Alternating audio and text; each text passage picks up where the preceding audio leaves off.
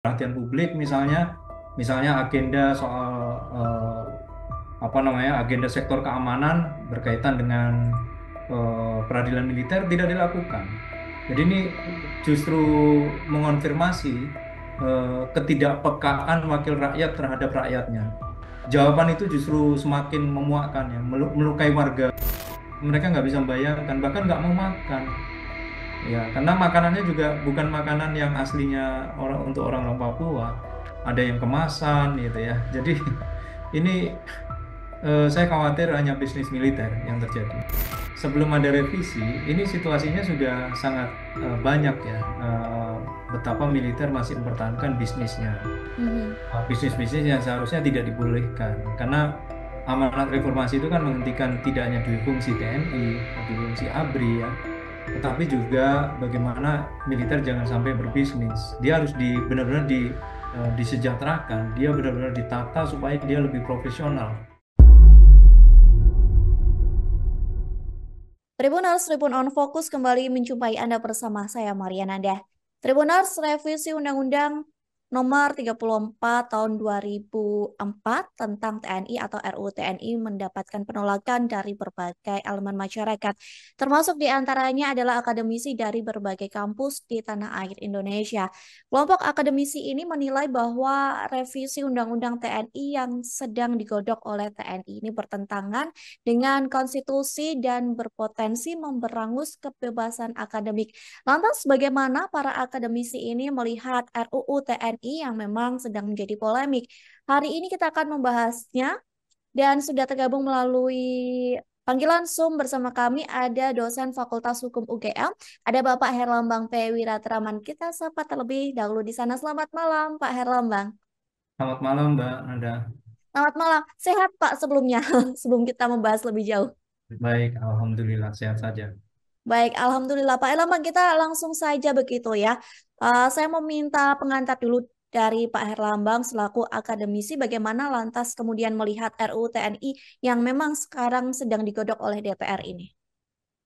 Ya, jadi kami mengikuti ya perkembangan berkaitan dengan rencana revisi Undang-Undang TNI yang terlebih kemarin kan ada satu hal yang sungguh tidak patut ya terjadi ketika mereka membahas secara tertutup, apalagi di tempat yang sebenarnya tidak perlu dilakukan oleh pembentuk hukum DPR ataupun pihak-pihak yang terkait di hotel mewah.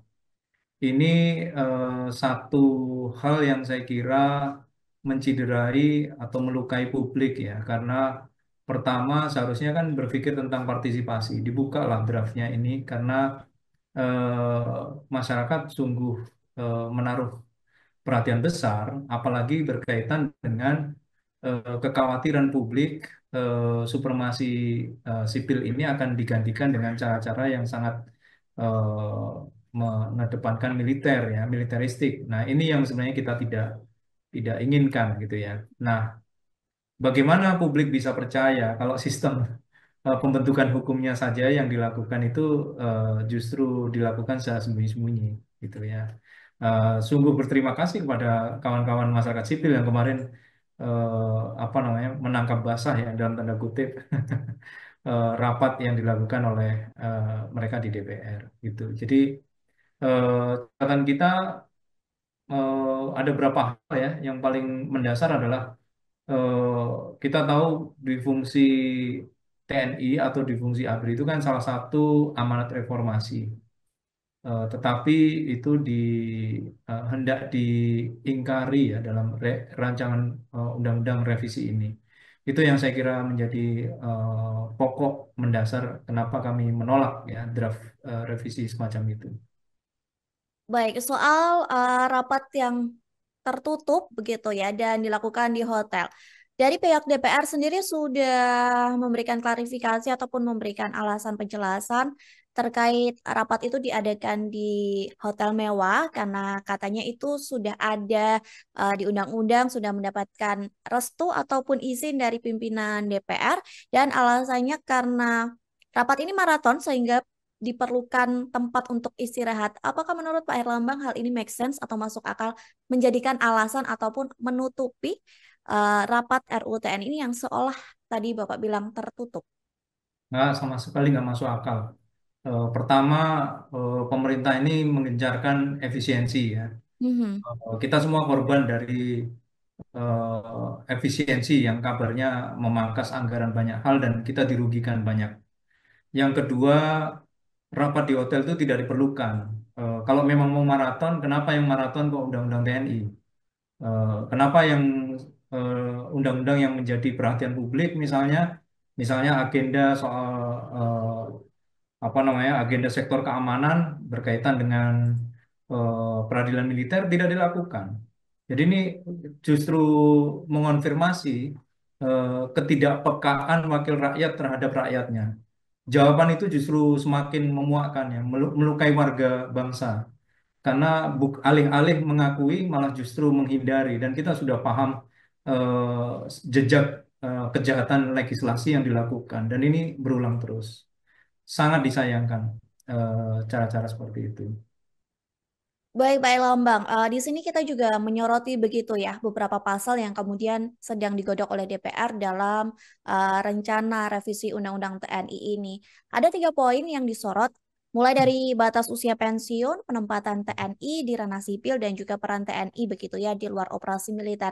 Secara umum, bagaimana kemudian Pak Herlambang ini melihat 3 pasal yang memang sedang digodok ini? Apakah memang benar ada urgensi sedemikian rupa sehingga Pak Erlambang ini melihat DPR sampai ngebut gitu dalam pembahasan ini, sampai maraton begitu. Ya, sebenarnya sedari awal kita harus pertanyakan ya urgensi keperluannya revisi Undang-Undang TNI. Pertama, kita tahu ada problem mendasar soal impunitas. Impunitasnya pelaku kejahatan yang dilakukan tetapi tidak pernah ada pertanggungjawabannya. Dan ini dilakukan oleh tidak sedikit oleh anggota militer.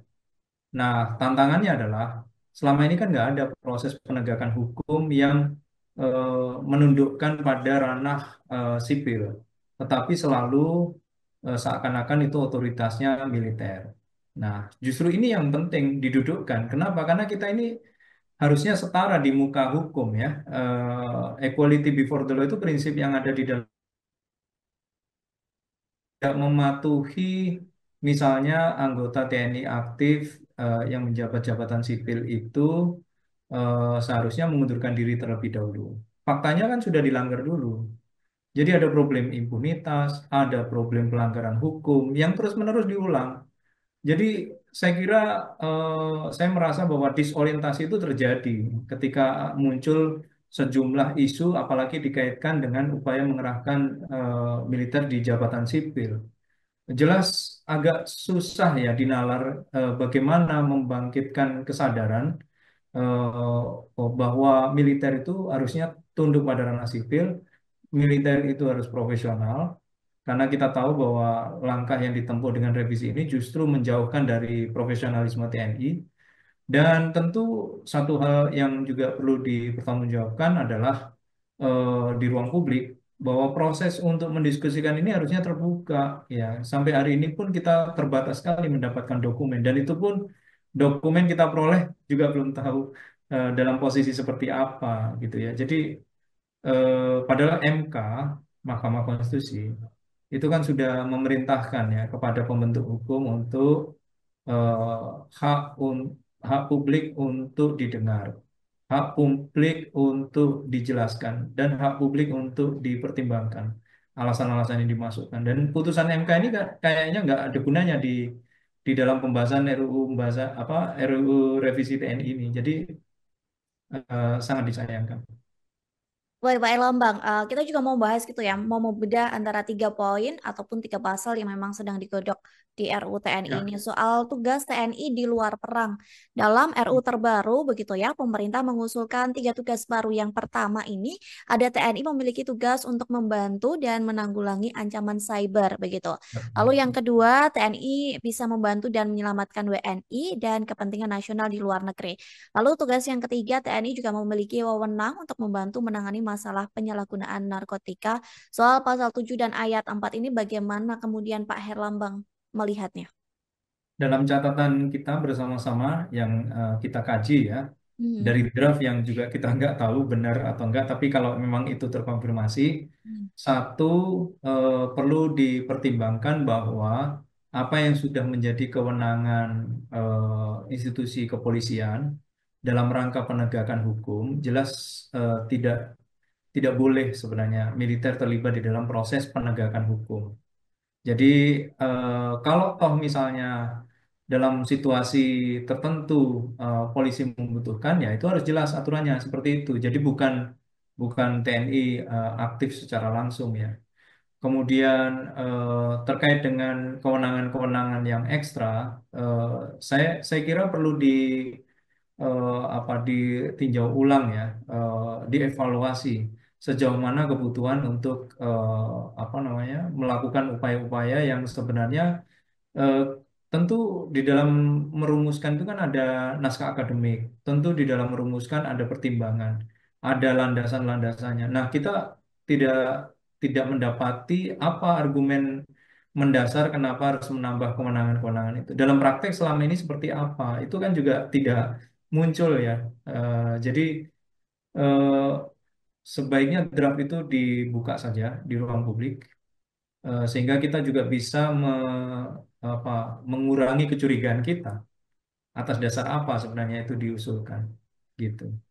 Baik, selain itu Pak Erlambang, kita juga menyoroti begitu ya, yang pemerintah mengusulkan penambahan posisi sipil yang diduduki TNI, tadinya itu 10 lembaga atau kementerian, sekarang tiba-tiba menjadi 16 gitu. Ada Ya, penambahan peran itu, diantaranya ada pengamanan laut atau Bakamla gitu ya, penanganan bencana BNPB, penanganan terorisme, BNPT, Kelautan dan Perikanan, Kejaksaan Agung, dan pengelolaan perbatasan BNPP. Bagaimana menurut Pak Herlambang melihat penambahan posisi sipil yang bisa diduduki dari TNI ini? ya itu salah satu yang apa namanya perhatian kita yang utama. Hmm. Kenapa harus bertambah? Kenapa jabatan itu justru militer gitu Mhm. ya? Yang kedua juga eh, apakah selama ini penanganan eh, misalnya taruhlah terorisme atau penanganan terkait dengan narkoba, apakah selama ini institusi kepolisian memang sudah tidak sanggup lagi di dalam prosesnya? Sekali lagi, perdebatan ini akan menjadi apa kemunduran ya. Kalau kita tidak mendapati apa rasionalitas dari sebuah rencana perubahan itu. Kenapa? Karena kita di dunia pendidikan hukum itu kita diajarkan soal analisis rasiolegis. Apa rasiolegisnya gitu loh. Jadi belum lagi kita mendapati fakta bahwa selama ini ada persoalan yang lebih mendasar, yakni pelanggaran hak asasi manusia. Kita tahu ada dampak yang begitu luas dan juga tidak pernah dievaluasi dan tidak pernah dipertanggungjawabkan. Jadi saya khawatir penambahan kewenangan ini justru berpotensi penyalahgunaan. Sebagaimana concern dari masyarakat sipil, penyalahgunaan ini adalah ketika kekuatan eksesif di institusi kemiliteran itu menjangkau hal-hal yang sifatnya justru akan bertolak belakang bagi upaya menegakkan hukum dan demokrasi. Itu yang paling kita khawatirkan karena civil supremacy atau supremasi sipil itu hanya dimungkinkan bila memang militer itu tunduk di ranah sipil. Kalau enggak, saya kira perdebatannya nggak bisa lebih dari itu. Oke, lalu gimana Pak Elambang kalau soal RUU TNI ini juga mengubah begitu ya batas usia pensiun berdasarkan pangkat yang dulunya rata-rata itu 58 tahun bagi perwira, kemudian 53 tahun bagi tamtama dan bintara. Kini lebih banyak begitu Pak soal rincian pensiunannya sampai di rentan 53 hingga bintang 3 tuh di 62 tahunan gitu, termasuk pengecualian tertentu. Bagaimana Pak Erlambang kemudian melihat aturan-aturan soal batas usia ini yang juga digodok dalam RUU TNI? Ya, catatan kita adalah sejauh mana itu urgensi. Mhm, Dan tentu basisnya adalah research. Mengapa itu diperpanjang? Mengapa itu ditambah usia ya? mhm. Karena faktanya kita tahu angkatan perang itu juga ada batas waktunya. Dan apakah itu berkonsekuensi kepada misalnya jaminan sosial yang mereka miliki?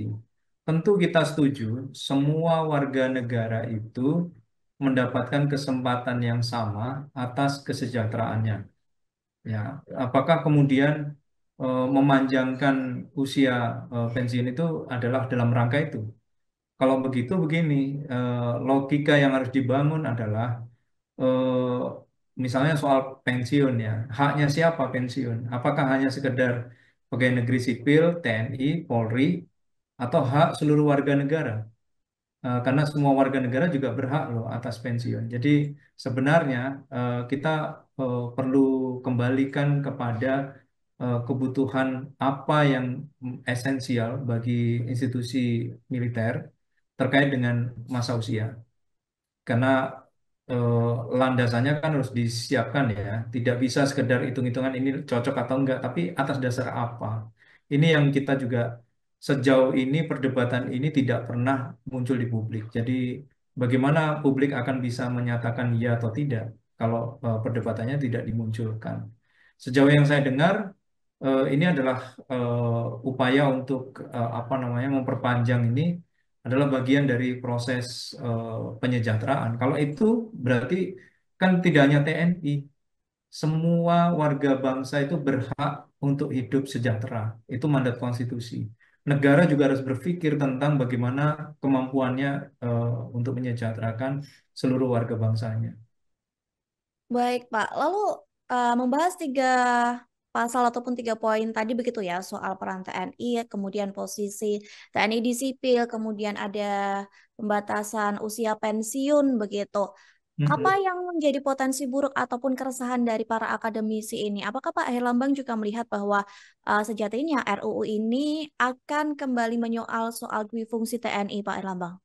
Ya satu, tidak ada revisi saja sudah banyak pelanggaran hukumnya. Mhm. Yang kedua, peran-peran militer juga teramat dominan ya. Misalnya dalam catatan KIKA misalnya, Kaukus Indonesia untuk Kebebasan Akademik, kemarin kan menyatakan bahwa bagaimana mungkin orang-orang Papua berhadapan dengan institusi militer untuk ngurusi makan bergizi gratis. Sementara anak-anak itu sudah cukup trauma dengan berhadapan dengan institusi militer. Kan terus-menerus dan tidak ada pertanggungjawabannya. Bahkan catatan kita di Kaukus Kaukus Indonesia untuk Kebebasan Akademik bagi anak-anak itu sudah intergenerasional trauma katanya. Mhm. Kenapa? Karena mereka nggak bisa membayangkan, bahkan nggak mau makan. Ya, karena makanannya juga bukan makanan yang aslinya orang untuk orang-orang Papua. Ada yang kemasan gitu ya. Jadi ini saya khawatir hanya bisnis militer yang terjadi. Baik, berarti Pak Erlambang menyoroti bahwa RUU TNI ini apakah cuman hanya sebagai bisnis militer? Ya, lebih dari itu sebenarnya. Hmm. Karena ketika kita tahu supremasi sipil tidak pernah dihargai di dalam proses kehidupan negara hukum yang demokratis, kekhawatirannya adalah militerisme. Militerisme itu juga menimbulkan potensi violence, kekerasan. Dan kekerasan yang terus-menerus terjadi itu seringkali tidak dipertanggungjawabkan atau impunitas. Jadi pelanggaran hak asasi manusia, kekerasan atau segala bentuk penyalahgunaan atau abusive, apalagi sekarang kita menyaksikan ada abusive lawmaking, ya, pembentukan hukumnya juga abusive. Di dalam kerangka negara hukum itu sebenarnya sudah batal ya proses pembentukannya. Kita pelajari bahwa elemen-elemen negara hukum itu juga harus memperhatikan secara sungguh-sungguh tentang procedural elements. Nah, procedural elements itu artinya harus transparan, harus terbuka, harus melibatkan publik gitu ya. Eh, Bagaimana publik bisa percaya dalam situasi sekarang ini untuk meyakinkan bahwa ini memang untuk profesionalisme TNI? Tidak, sama sekali tidak. Jadi sebaiknya tunda dulu, buka ke publik dulu, ajaklah publik untuk membincang apa keinginan dari pembentuk hukum, termasuk bagaimana membangun TNI yang lebih baik. Ya, kita tahu, kita sadar negara ini membutuhkan TNI, tetapi seperti apa formula yang harus diupayakan secara lebih baik. Oke, Pak Erlambang, dengan adanya RUU TNI ini juga begitu ya, terus ketakutan keresahan dui fungsi TNI. Tadi juga Pak Herlambang membahas soal militerisasi. Banyak publik yang beranggapan bahwa era ini akan kembalinya menjadi era Orde Baru begitu. Ya, Terkait dengan adanya RUU TNI ini begitu juga ya. Apakah Pak Herlambang juga mempunyai pemikiran yang sama atau bagaimana pendapat dari Pak Herlambang? ya, sama sekali nggak mengejutkan ya kalau publik Mhm. merasakan itu. Karena memang seperti yang saya bilang tadi, sebelum ada revisi, ini situasinya sudah sangat banyak ya, betapa militer masih mempertahankan bisnisnya. Mhm. Bisnis-bisnis yang seharusnya tidak dibolehkan. Karena amanat reformasi itu kan menghentikan tidak hanya dui fungsi TNI, dui fungsi ABRI ya, tetapi juga bagaimana militer jangan sampai berbisnis. Dia harus benar-benar disejahterakan. Dia benar-benar ditata supaya dia lebih profesional, tidak konflik kepentingan. Nah, jadi kekhawatiran itu justru kita menyaksikan bahwa selama ini praktek-praktek abusif itu masih terus-menerus terjadi di berbagai daerah. Dan sayangnya institusi militer tidak banyak belajar ya dari proses bagaimana menjadikan pijakan ya negara hukum demokratis sebagai upaya memastikan bahwa perlindungan hak warga itu juga harusnya dijamin. Kalau itu tidak pernah serius dilakukan ya, apa yang terjadi di Papua saat ini, ya tentu publik akan merasakan ini seperti masa dulu lagi, rezim otoritarian militer, Orde Baru. Dan kalau dirasakan ya sekarang ini sudah begitu kuat terjadi.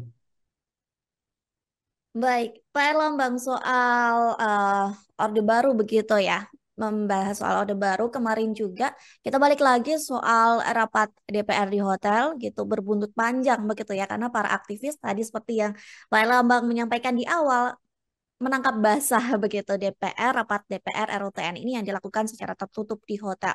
Namun setelah itu dari aktivis melaporkan bahwa mereka mendapat teror begitu ya, yang diduga juga mendapat pembungkaman bahkan eh, aksi penolakan ini juga pada akhirnya dilaporkan ke polisi begitu. Bagaimana Pak Herlambang melihat hal ini? Satu, soal teror atau intimidasi itu kayak sehari-hari ya. Hmm. Everyday violence di Indonesia Sudah hari-hari makanan ini. sehari-hari gitu ya di Iya, Indonesia. maksud saya everyday violence. Kenapa? Karena tidak pernah ada pertanggungjawabannya. Hmm. Dan seharusnya yang dilindungi adalah mereka yang menyuarakan secara kritis ya, mengekspresikan gagasan-gagasan untuk sesuai dengan amanat undang-undang, yakni partisipasi publik. Nah, tapi kan kenyataannya teror terus terjadi, intimidasi tidak ada pertanggungjawabannya, tidak ada upaya melindungi mereka, dan sebaliknya sekarang ada upaya kriminalisasi.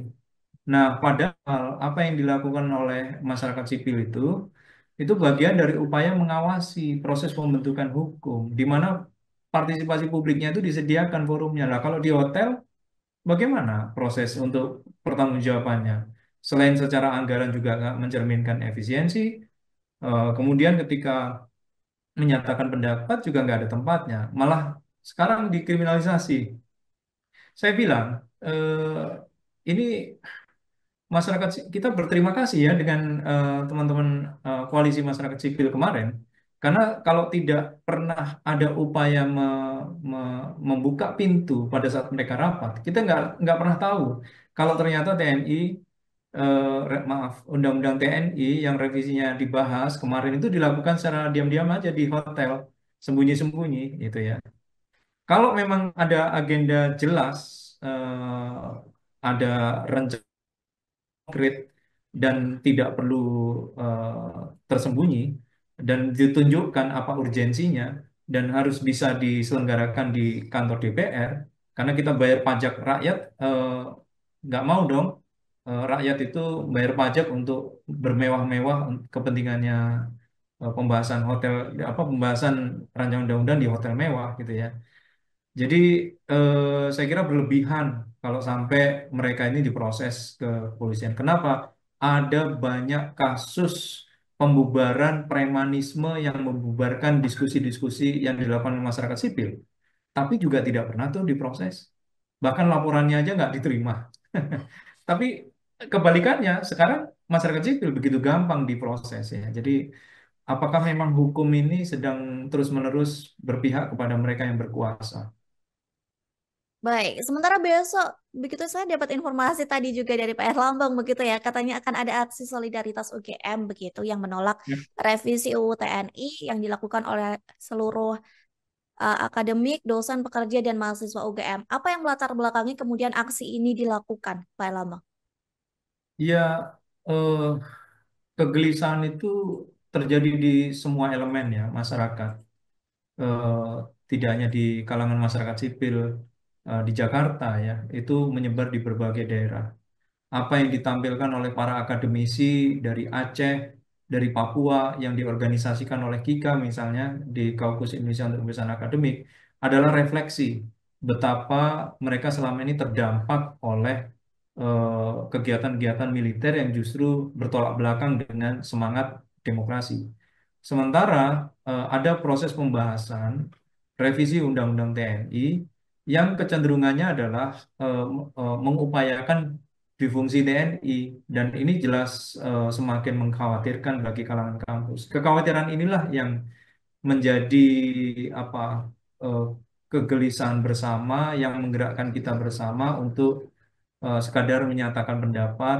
eh, kita ingin mengingatkan, kita ingin menasehatkan, dan kita ingin menyeru kepada para pembentuk hukum untuk berpikirlah masa depan Republik ini dalam rangka demokrasi, dalam rangka negara hukum yang demokratis. Saya kira nggak bolehlah menyia-nyiakan warga bangsa ini untuk terus mendapati situasi pemburukan eh, atas kenyataan-kenyataan yang seringkali melanggar hak asasi manusia atau menyakiti rasa keadilan publik. Itu sih yang menjadi latar belakang kenapa besok Sivitas Akademika, UGM, dosen maupun mahasiswa akan bersama-sama mengingatkan itu. Pak Erlambang, setelah aksi yang akan dilakukan besok, begitu ya, bersama dengan dosen pekerja Sivitas Akademik dan mahasiswa UGM, kemudian menanggapi ataupun menyikapi keresahan, begitu ya, yang juga menjadi keresahan publik juga. Apa yang kemudian menjadi sikap para akademisi ini nantinya atas RUU TNI? Ya, tentu kita berharap keterbukaan ya dari pembentuk hukum dan kita akan mencoba mengkaji berdasarkan ilmu yang kita miliki dan bila mana diperlukan tentu kita akan beri masukan. Saat ini yang urgen bagi proses pembentukan revisi Undang-Undang TNI ini adalah mohon dihentikan terlebih dahulu. Dengarkanlah suara publik, kegelisahannya, apalagi fakta-fakta pelanggaran hak asasi manusia juga berikut impunitasnya yang belum tuntas. Jadi yakinkanlah kita semua di ruang publik bahwa ada persoalan yang belum tuntas supaya ketergesaan di dalam pembentukan itu tidak akan berdampak yang merugikan bagi warga bangsanya. Kira-kira gitu. Jadi tentu kita sangat berharap ya kalau itu terbuka kan kita akan mendiskusikan, akan mengkaji lebih jauh. Karena bahan yang kita terima juga eh, belum belum banyak ya atau belum ada bahkan yang bisa menjadi catatan secara lebih akurat gitu ya terhadap proses pembentukan revisi Undang-Undang TNI ini. Oke, sebagai closing statement juga dari Pak Herlambang, saya ingin meminta pernyataan Pak Herlambang begitu ya. Kalau bisa menyampaikan kepada DPR apa yang ingin disampaikan ataupun harapan dari Pak Erlambang mewakili dari para akademisi, terutama soal RUU TNI ini. Ya, kita eh, berharap ya bangsa ini juga punya TNI yang kuat, yang profesional, yang punya integritas, dipercaya oleh publik, dan tentu kita juga mendukung kesejahteraan bagi institusi negara, eh, khususnya TNI yang sekarang ini eh, apa namanya diupayakan ya. Tetapi kita juga perlu mempertimbangkan bahwa sekali lagi kesejahteraan itu bukan hanya TNI, kesejahteraan itu harusnya merata karena kita harusnya apa memiliki prinsip ya kesetaraan di muka hukum. Terlebih problem atau tantangannya adalah bahwa profesionalisme itu berseiring dengan upaya maju perlindungan hak asasi manusia. Nah, tentu kita berharap upaya-upaya memajukan ini juga menjadi bagian penting yang tidak terpisah dengan revisi undang-undang yang lain, Undang-Undang Polri, Undang-Undang Kejaksaan, yang sekarang ini seakan-akan semuanya dikebut gitu ya. Dan kita patut khawatir eh, situasi demokrasinya juga tidak akan membaik kalau caranya atau prosesnya itu tidak lagi mencerminkan proses yang demokratis. Baik, Pak Erlambang, terima kasih atas waktunya sudah berbincang dengan kami. Tentunya kita juga sama-sama berharap DPR dapat transparan begitu ya soal RUU TNI yang memang hingga saat ini menjadi polemik dan menjadi keresahan publik dan menjadi sorotan publik. Kita berharap DPR bisa belak-belakan begitu dan Ya, tidak lagi melakukan rapat tertutup soal RUU TNI ini. Sekali lagi terima kasih Pak Erlambang, semoga kita bisa berbincang di lain kesempatan. terima kasih, semoga bermakna. Terima kasih juga untuk Tribuners yang sudah menyaksikan Tribun News on Focus hari ini. Di akhir kata saya Mariana dan kru yang petugas pamit undur diri. Terima kasih dan sampai jumpa. Download Tribun X sekarang. Menghadirkan lokal menjadi Indonesia.